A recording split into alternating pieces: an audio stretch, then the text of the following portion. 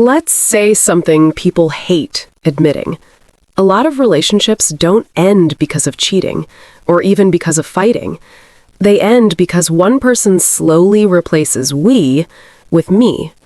And you don't notice it at first because it's dressed up as confidence. So here's the question. Are you in a relationship, or are you auditioning for someone's lifestyle? Most men don't get trapped by the obvious red flags. They get trapped by the attractive ones. A woman looks polished, she's social, she's ambitious, she has standards. And you think, finally, someone high value. But here's the controversial part. Sometimes it's not standards. Sometimes it's an addiction to being admired. And your biggest weakness is simple. You want to win her. So you start proving yourself. You give more, you plan more, you pay more, you tolerate more. And you tell yourself it's love. But deep down, it's fear of being replaced. Because if she's the type who always wants more, then you start living like you're one mistake away from being downgraded. That's not romance. That's pressure wearing perfume. Now let's be fair. This isn't women are the problem. The real villain is the modern scoreboard, a culture that teaches people your worth equals attention, status, and upgrades. And in that world, some people build their identity like a brand. Not a soul, a brand. They chase the next trip, the next outfit, the next exclusive place, the next photo that makes others jealous. And here's what psychology calls it: the hedonic treadmill. You get what you wanted, and the happiness fades fast. So you need another hit, and another, and another. That's why some relationships turn into a system, not a bond, a system. One person is the image, the other person becomes the engine. Here's the key difference. Healthy self-worth is quiet. It doesn't need a crowd to breathe. But validation hunger is loud. It needs proof. Likes, compliments, strangers staring, being the center of attention, over and over again. And when someone needs constant external proof, relationships can become instrumental, meaning the partner isn't loved for who he is, he's valued for what he provides: resources, access, lifestyle, social status. Not always consciously.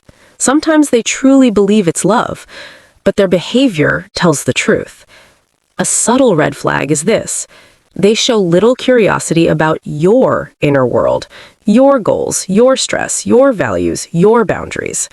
Because real intimacy is built on empathy, and empathy requires seeing a partner as a human being, not a utility. So let's repeat the core lesson in different ways, because this is where most people miss it. A relationship becomes impossible when one person is building a brand, not a bond. A brand needs applause. A bond needs presence. Here it is again.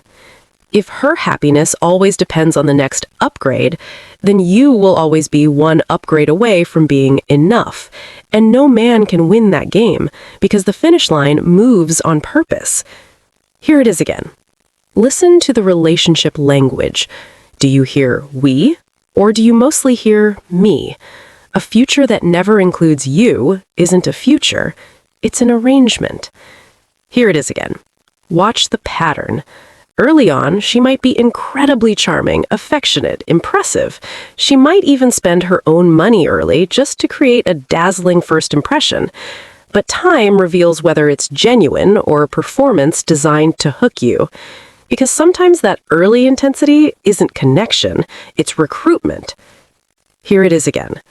Small requests slowly become expectations. Expectations become standards. Standards become pressure. And pressure turns you into a provider, not a partner. Here it is again. Watch the attention dynamic. Does she enjoy attention, or does she require it? There's a difference. Some people cannot feel alive unless they're being noticed. So even inside the relationship, they keep feeding the ego externally. Extra flirting, extra signals, extra "I'm still wanted."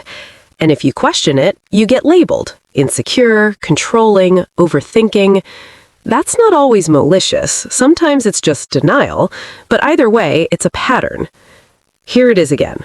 If you feel like you're funding a dream you don't actually get to live in, Pay attention, because love shouldn't feel like a subscription plan that you have to keep upgrading just to stay chosen. And here's the calm truth.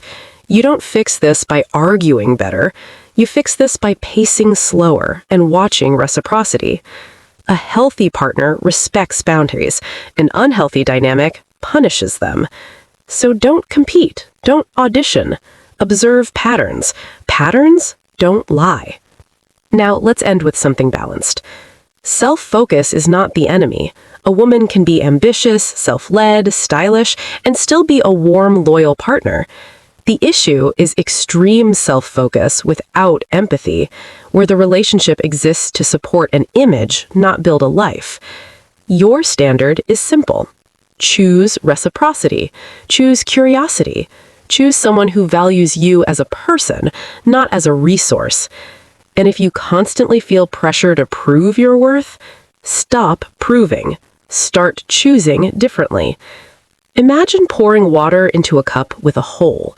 No matter how much you give, it never stays full. If love feels like that, that's your answer. Choose mutual. Choose calm. Choose we.